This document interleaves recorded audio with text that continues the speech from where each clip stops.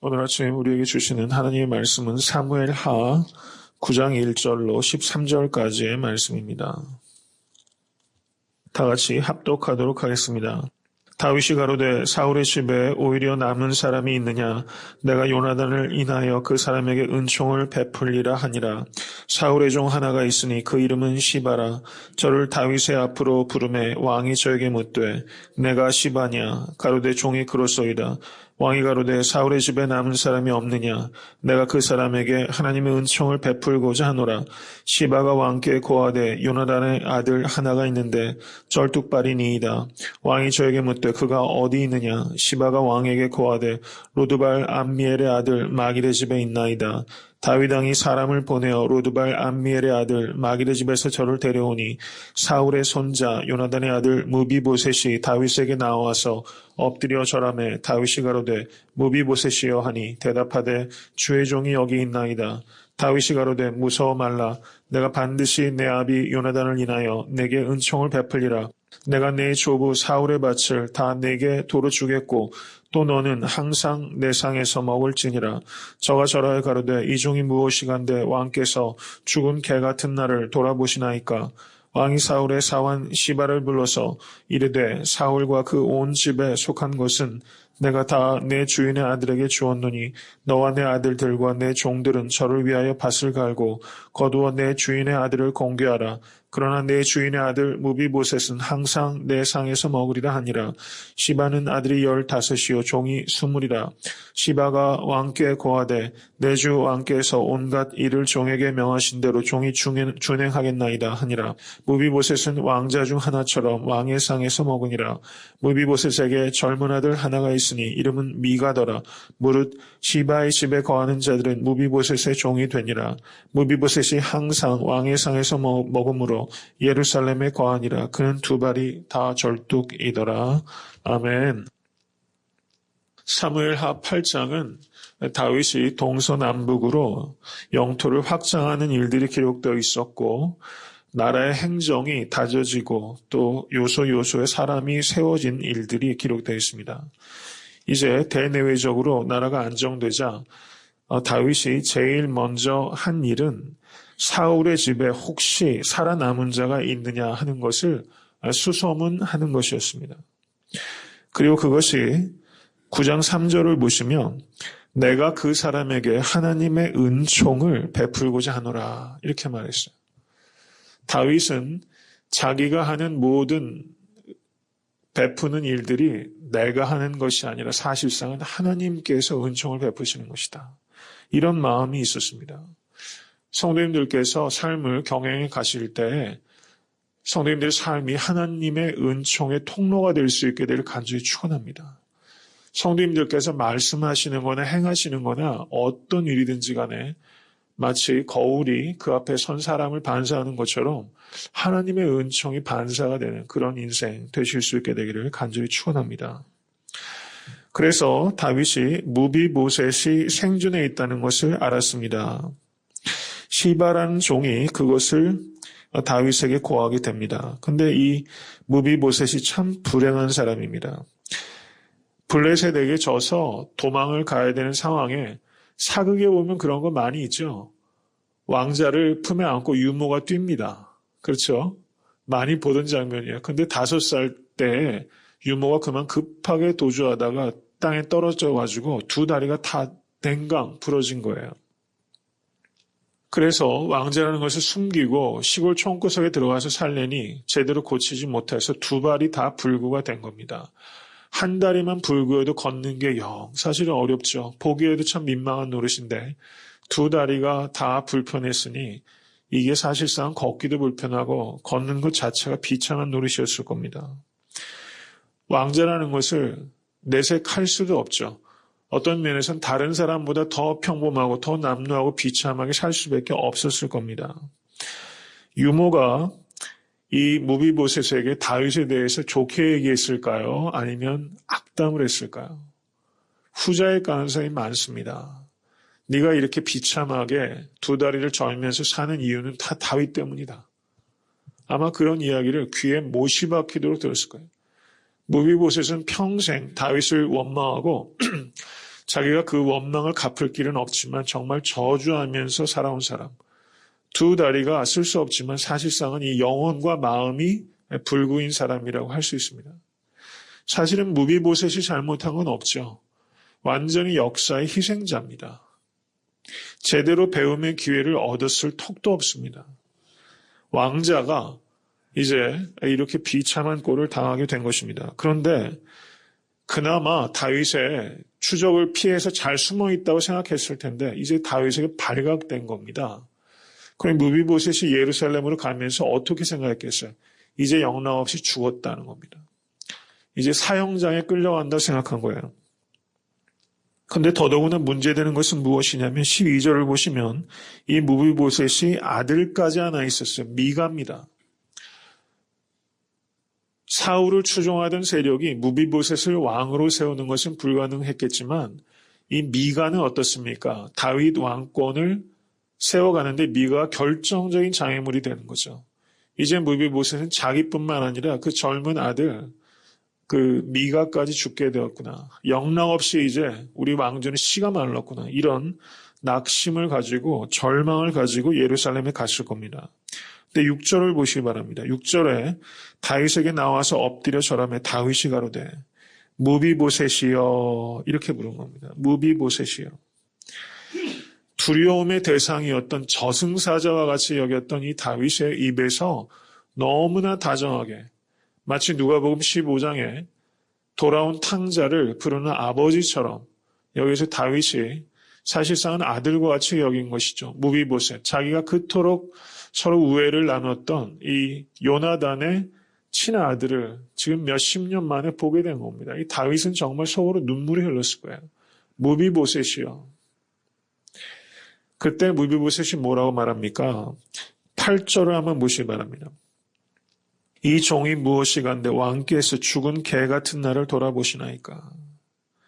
무비보셋은 자신을 그렇게 보고 있었던 거예요. 정말 죽은 개같이 산 겁니다. 그런데 다윗이 7절에 뭐라고 말합니까? 무서워 말라. 내가 반드시 내 아비 요나단을 인하여 내게 은총을 베풀리라. 내가 내 주 사울의 밭을 다 내게 도로 주겠고 또 너는 항상 내 상에서 먹을지니라. 저는 이 무비보셋이 다윗 앞에 쓴 것이 우리 죄 많은 인간이 하나님 앞에 서는 모습과 너무나 흡사하다고 생각합니다. 정말 우리가 본질상 원수였죠. 죄인이었습니다.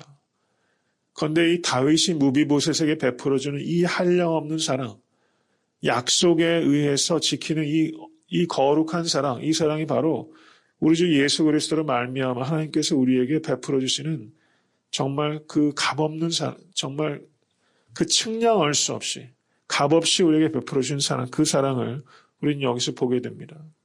근데 사랑한다는 것은 감정이 아니라는 것입니다. 감정으로만 표현하는 것으로 끝나는 것이 아니에요. 사랑은 섬김입니다.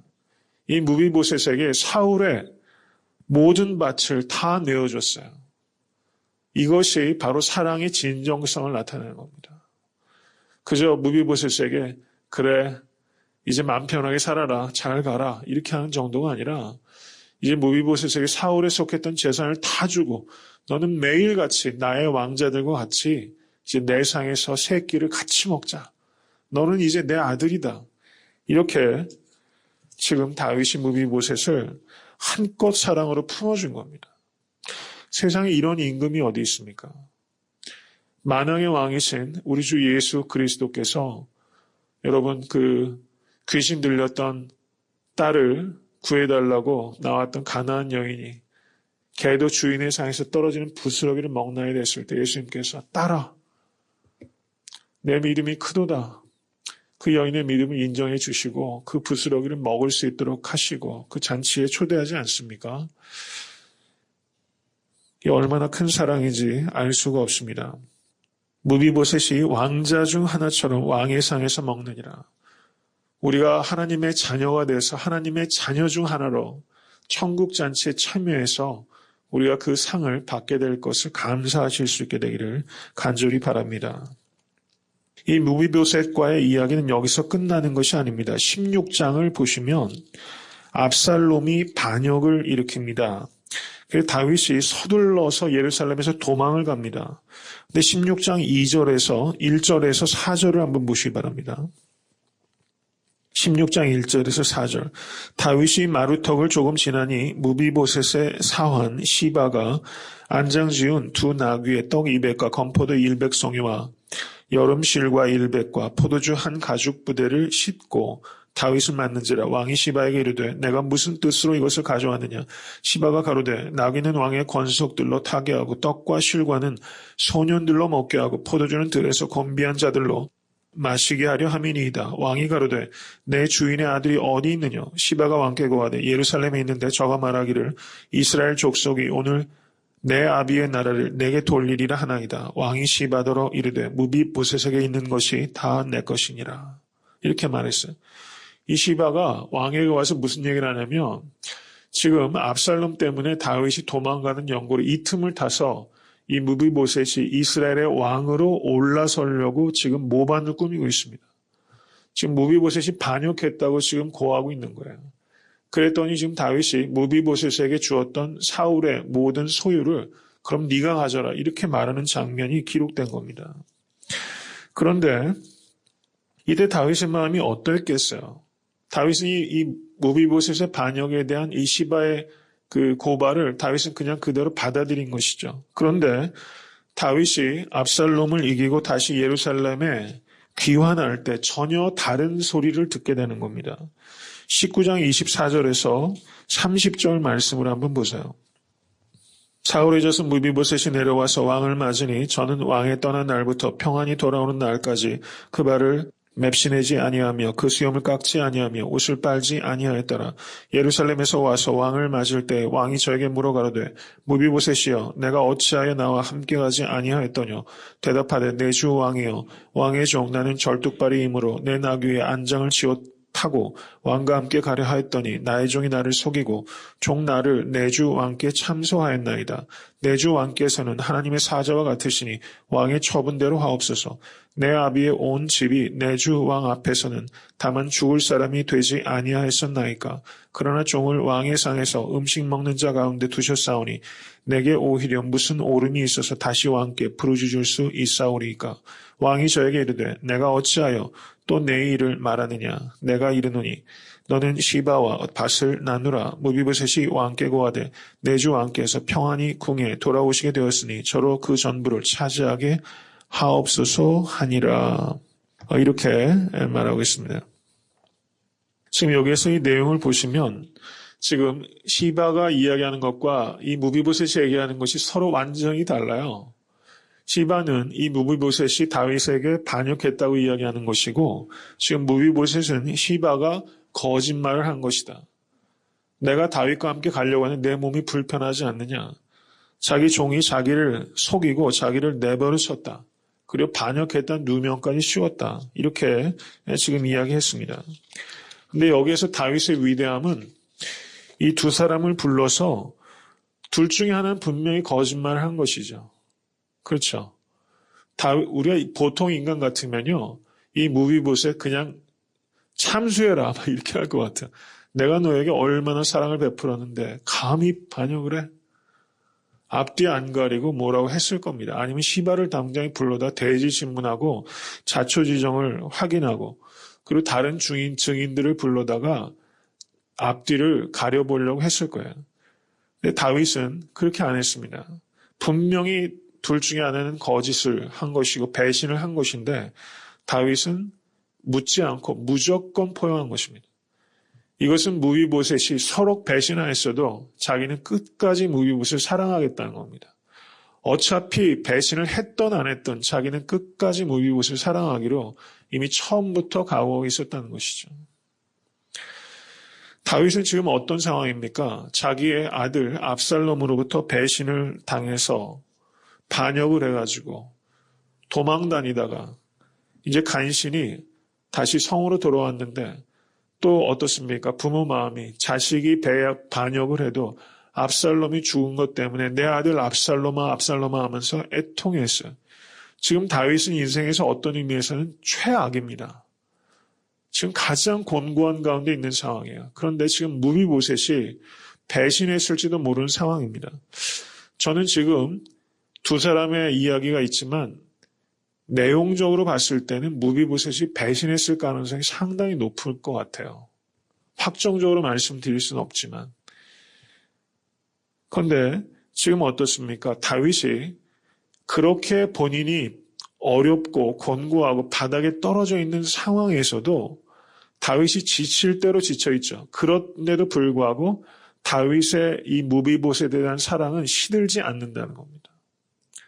시들지 않아요. 견고한 겁니다.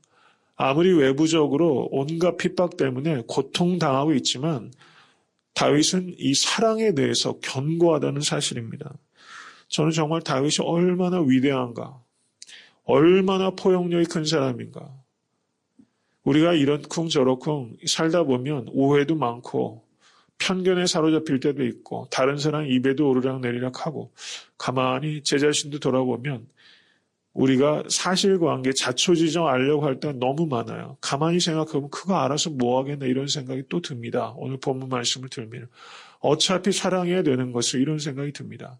주님께서는 어차피 사랑하라고 하시는 것인데 보면서 이 다윗은 이런 사랑을 했다면 우리도 성령에 충만하면 이런 사랑을 할 수 있지 않을까. 안 된다 할지라도 끝까지 한번 해보려고 도전해야 되지 않겠는가. 이런 생각을 이 다윗의 이 엄청난 사랑 앞에서 우리가 다시 한번 생각하게 됩니다. 자초지정 따질 것 없고 무비보셋이 서로 내 사랑을 배신해도 사랑이라는 것이 내가 아무리 진실해도 상대방의 그 진실한 사랑에 제대로 감사하고 보상하는 것은 기대하기 어려울 수 있습니다. 살다 보면요. 소위 말해서 배은망덕한 일들 많이 겪고 가만히 보면 우리들도 상대방 입장에서 보면 그런 실수, 원턴 원치 하든 그렇게 하면서 살지 않나 이런 생각도 들게 됩니다. 가까운 가족들 간에도 그렇고 성도들 간에도 그렇고 참 우리가 이렇게 받은 사랑에 갚하면서 살지 못할 때가 참 많았다. 그런 생각 들고 혹시 또 이미 세상을 떠나신 부모님들이 계시면 그런 생각 안 드세요? 한다고 했지만 결국은 그 사랑을 우리가 알지도 못하고 잘 하지도 못하고 이렇게 우리가 사랑의 빛을 참 많이 지고 산다 이런 생각을 하게 됩니다. 이 다윗 참 대단한 사람이다 이런 생각이 들고 저는 이것을 보면서 요한복음 13장 1절을 생각하게 됩니다. 세상에 있는 자기 사람들을 사랑하시되 끝까지 사랑하시니라. 끝까지 사랑하셨던 예수 그리스도 그리고 끝까지 무비보셋을 사랑했던 다윗. 우리에게는 정말 너무나 어려운 일이지만 우리 주 예수 그리스도의 그 사랑 안에 사로잡힐 때 우리도 이런 사랑을 본받을 수 있게 되기를 간절히 바랍니다. 성도님들에게 무비보셋 같은 사람이 있을 거예요. 나의 무비보셋이 누구인가 잘 사랑하시고 생각하시고 그 무비보셋을 끝까지 사랑할 수 있도록 주여 인도하여 주시옵소서. 큰 사랑의 사람 되실 수 있게 되기를 주님의 이름으로 간절히 축원합니다.